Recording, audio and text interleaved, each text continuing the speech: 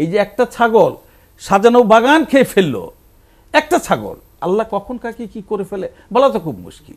মতিউর সাহেবের যে টাকা, এটা কি ওনার টাকা? তো আমাদের টাকা, ব্যবসায়ীদের টাকা, সেটা এনবিআর থেকে এগুলো কামাই করছে, এমনকি আমাদের সেই টাকা ফেরত দেবে? আজকে আমাকে দুজন প্রশ্ন করেছিল, আঙ্কেল এইভাবে বলতেছে, বলে দেখেন এই যে তিস্তার পানি উনি বাদ করবেন কেন? উনি যদি তিস্তার পানির হিস্সাটা আমাদের দিয়ে বাদ করতে তো লাগে না। এই যে বাচ্চাদের যে মানসিকতা কোথায়, ওনারা যদি আমাকে পানিটা, এটা আন্তর্জাতিক নদী, এই নদীর হিস্সা আমার কাছে আছে, কিন্তু আমাকে দিতে হবে, এটা আন্তর্জাতিক আইন যে নিম্ন অঞ্চলের মানুষকে পানি সেখান পর্যন্ত পৌঁছাইতে হবে। তো ওনারা যদি আমাকে পানিটা দেয় তাহলে তো আমাকে এখানে ইন্ডিয়ার বাদ করে দেওয়ার দরকার নাই। আবার বললো যে দেখেন এই যে আমার এই বর্ডারের প্রতিদিন মানুষ মারছে, আমাদের লোকজন মারছে, এখন কি বলবে যে না আমরা একটা হসপিটাল করে দিই, যারা মারা যাবে ওখানে তার সুরতাল হবে, অথবা যারা ওই জখম হবে তারা সেখানে চিকিৎসা নেবে? না মানলেই তো লাগে না। আর আমরা যে কাজটা সঠিক করছি না। মোহাম্মদ হেলালউদ্দিন, হেলাল ভাই, যেটা নিয়ে আমরা আলোচনা করছিলাম দুর্নীতি নিয়ে, ব্যবসা বাণিজ্য বিভিন্ন দপ্তর পরিদপ্তর বিভিন্ন সময় বিভিন্ন জায়গায় আপনাদের একটা বড় অভিযোগ থাকে, সবচেয়ে বেশি অভিযোগ থাকে এনবিআরের দিকে। বলা হচ্ছে যে ব্যবসায়ীদের টাকা তারা ফুলে ফেঁপে উঠছে। এই যে রাষ্ট্র ব্যবস্থায় যে একটা অনিয়ম আপনারা বিভিন্ন সময় বিভিন্ন জায়গায় বলছেন, কিন্তু কেউ শুনছে না কেন বা দেখছে না কেন?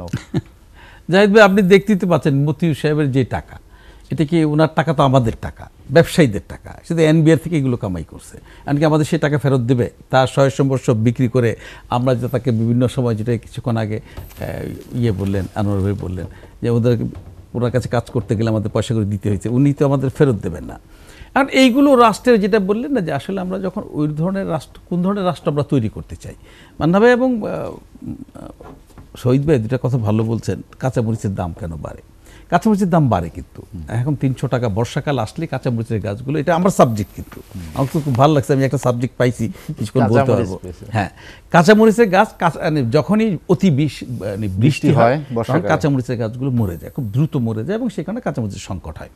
এখন দেখেন এই কাঁচামরিচ আজকে 300 টাকা, কাঁচামরিচ কিন্তু গত 3 মাস আগে এই 40-50 টাকা করে কারণ বাজারে বিক্রি হয়েছে, তখন কিন্তু আমরা কেউ কথা বলি নাই যে কাঁচামরিচ 50 টাকা তো আর কথা না। এখন এই কৃষিজাত পণ্য দাম বাড়বে, দাম কমবে, এইটা ঠিক আছে। এখন আমদানিকৃত পণ্যের দাম বাড়ছে, কেন বাড়ছে?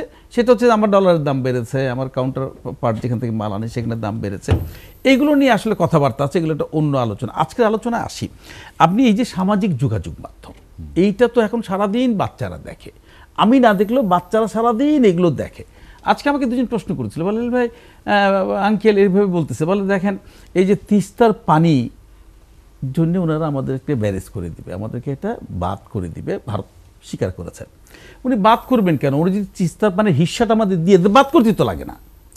এই যে বাচ্চাদের যে মানসিকতা কোথায়, ওনারা যদি আমাকে পানিটা, এটা আন্তর্জাতিক নদী, এই নদীর হিস্সা আমার কাছে আছে, কিন্তু আমাকে দিতে হবে, এটা আন্তর্জাতিক আইন যে নিম্ন অঞ্চলের মানুষকে পানি সেখান পর্যন্ত পৌঁছাইতে হবে। তো ওনারা যদি আমাকে পানিটা দেয় তাহলে তো আমাকে এখানে ইন্ডিয়ার বাদ করে দেওয়ার দরকার নাই। কথাগুলো খেয়াল করেন। আবার বললো যে দেখেন এই যে আমার এই বর্ডারের প্রতিদিন মানুষ মারছে, আমাদের লোকজন মারছে, এখন কি বলবে যে না আমরা একটা হসপিটাল করে দিই, যারা মারা যাবে ওখানে তার সুরতাল হবে, অথবা যারা ওই জখম হবে তারা সেখানে চিকিৎসা নেবে? না মানলেই তো লাগে না। আর আমরা যে কাজটা সঠিক করছি না। আমার হিস্সাটা যদি আমাকে, একটা বর্ডারে আপনি মানুষ মারা যাচ্ছে, বিএসএফের গুলিতে মানুষ মারা যাচ্ছে, এটা আমরা দেখছি তো, আমরা এটা আমরা ওনাকে এটা কিন্তু সুরা করতে পারছি না। হ্যাঁ, মানুষগুলো দরিদ্র, ওদের প্রাণের দাম কম, সেই কারণে হয়তো আমরা খুব বেশি কথাবার্তা বলি না। আজকে যোগাযোগ মাধ্যমে দেখলাম আমাদের ওই যে একজন ব্যাংকার্স অ্যাসোসিয়েশনের ওনার বাড়ি হচ্ছে 800 কোটি টাকা, এবং এটা টেলিভিশনে এমনভাবে দেখাচ্ছে বাড়ির নাম্বার কত, কোন জায়গায় অবস্থিত, কয়তলা বাড়ি, ভিতরে সমস্ত কিছু দিয়ে বলল উনি মাননীয়, এবং কি করলেন দেখেন, ওই সামাজিক যোগাযোগ মাধ্যমে ওনার ছবিটা মাননীয় প্রধানমন্ত্রীর ছবিটা একসঙ্গে লাগিয়ে দিয়ে এইবার বলতেছে যে ওনার 800 কোটি টাকার বাড়ি এখানে করেছেন। এই যে বিষয়গুলো, আমার কষ্টটা একটি জায়গায়, মাননীয় প্রধানমন্ত্রী ওনার তো চাওয়া পর আর কিছু নাই, উনি দেশের মানুষের জন্য কাজ করেন। এসএসবির মিটিং উনি কি বললেন, বলে যে দেখো তোমরা এমন কিছু করো না যে আমি জনগণ থেকে বিচ্ছিন্ন হয়ে যাই বা জনগণের কাছে আমি যেতে না পারি, আমি কি তাহলে বাঁচবো না? এই যে একজন মানুষ যে জনগণকে নিয়ে চিন্তা করে যে না আমি জনগণের হয়ে মানুষের সঙ্গে থাকতে চাই, উনি এই ধরনের কথা বলার পর ওনার সঙ্গে যখন এই ধরনের ছবি পেস্ট হয়, হ্যাঁ, যে উনি 800 কোটি টাকা দিয়ে উনি আমেরিকাতে বাড়ি কিনেছেন ওনার মেয়ের জন্য, 800 কোটি টাকা উনি নিলেন কিভাবে?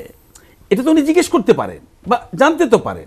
অতএব এই বিষয়গুলো মানুষের কিন্তু আজকে একেবারে সবার মুখে মুখে চলে এসছে। এবং এই গত এই 1 মাসের ঘটনা যদি আপনি দেখেন, যে একেবারে যারা স্কুল গোয়িং বাচ্চা তাদের মধ্যেও প্রশ্ন আছে যে এই দুর্নীতিগুলো কেন হচ্ছে। এই যে একটা ছাগল সাজানো বাগান খেয়ে ফেললো, একটা ছাগল, আল্লাহ কখন কাকে কি করে ফেলে বলা তো খুব মুশকিল। এই যে এরা এত শক্তিশালী, এদের অর্থ বিত্ত, ওনার স্ত্রী হচ্ছে উপজেলা চেয়ারম্যান, উনি নিজে ব্যাংকের ডিরেক্টর, উনি এনবিআর এর মেম্বার, ইত্যাদি ইত্যাদি, এত টাকার মালিক, কিন্তু একটা ছাগল ওনার সাজানো বাগান খাই ফেলছে। অতএব সংসদে আওয়ামী লীগের এমপি বলেছেন যে কেউ এই রহস্য উদ্ঘাটন করতে পারেনি, ছাগলই রহস্য উদ্ঘাটন করে। হ্যাঁ, তো এই যে বিষয়গুলো আমি এই কারণে বলি কি আসলে আমাদের আসলে মনে হয় এখন ভাববার বিষয় এসছে। মাননীয় প্রধানমন্ত্রী বারবার যে কথাটা বলেন যে আমরা জিরো টলারেন্সে যাব।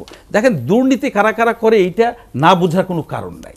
কোথায় কোথায় টাকা যাচ্ছে, কিভাবে টাকা গেল ব্যাংক থেকে, এইগুলো সবাই আমরা জানি। একেবারে যারা মানে আমাদের চেয়ে অনেক ছোট ব্যবসায়ী, তাদেরকে জিজ্ঞেস করলে তারা বলে দিবে যে হ্যাঁ এইভাবে ব্যাংক থেকে টাকাগুলো নেওয়া সম্ভব ছিল। এইভাবে যার সাহস ছিল, দেশের বাইরে যারা ছিলেন তারা যখন শুনছে বাংলাদেশে ভাবে টাকা পাওয়া যায়, 10% দিলে আপনি 100 কোটি টাকা পাবেন, 10 কোটি টাকা রেখে যাবেন 100 কোটি টাকা পাবেন। ওরা দেশের বাইরে থেকে এসে এখানে টুকটাক করে এটা কিনছে, 30 কোটি টাকা কিনছে, 120 কোটি টাকা স্যাংশন করাইছে।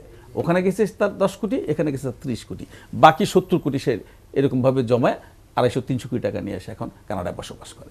কিভাবে ধরবেন এদেরকে? সবাই জানে। এরকম না যে এটা গোপনে কেউ আমার বাড়ি থেকে গোপনে চুরি করে। অতএব এরকম একটা অবস্থা আজকে দেশে গত 14-15 বছর ধরে উন্নয়ন হয়েছে, তো অস্বীকার করার জন্য নাই। আমি যেভাবে একজন ব্যবসায়ী হিসেবে মনে করি যে ইনফ্রাস্ট্রাকচার থেকে শুরু করে আমাদের উন্নয়ন হয়েছে, কিন্তু এই উন্নয়নটা সাস্টেনেবল করা এবং মাননীয় প্রধানমন্ত্রীর জীবদ্দশায় আমরা এইটুকু দেখতে চাই যে না, দেশটা উন্নয়নের দিকেই ছিল।